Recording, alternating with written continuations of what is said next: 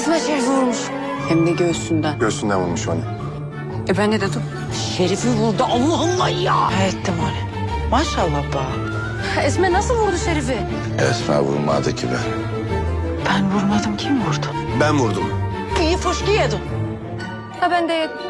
Savcı pek inanmamış gibi. Bakalım. Esme vurdu Şerif'i. Ben vurdum Şerif'i. Şerif'i sen vurmuşsun. Ben vurdum. Silah benim elimde.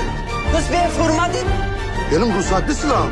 Esma'yı satarsanız sizi yakarım biliyorsunuz değil mi? Esme Fırtına nerede? Akıllan. Kim vurdu o zaman? Ben vurdum. Sen vurmaya kalktın, ben senden önce vurdum. Esme Şerif'i vurdu. Senin adamın da gelip buradan onu kaçırdı. Ben mi yaptım? Sen de oradaydın, görmedin mi? Görmedim. Görmedim. Onu ben vurdum. Demiştim. Ha şimdi olsa yine vururum.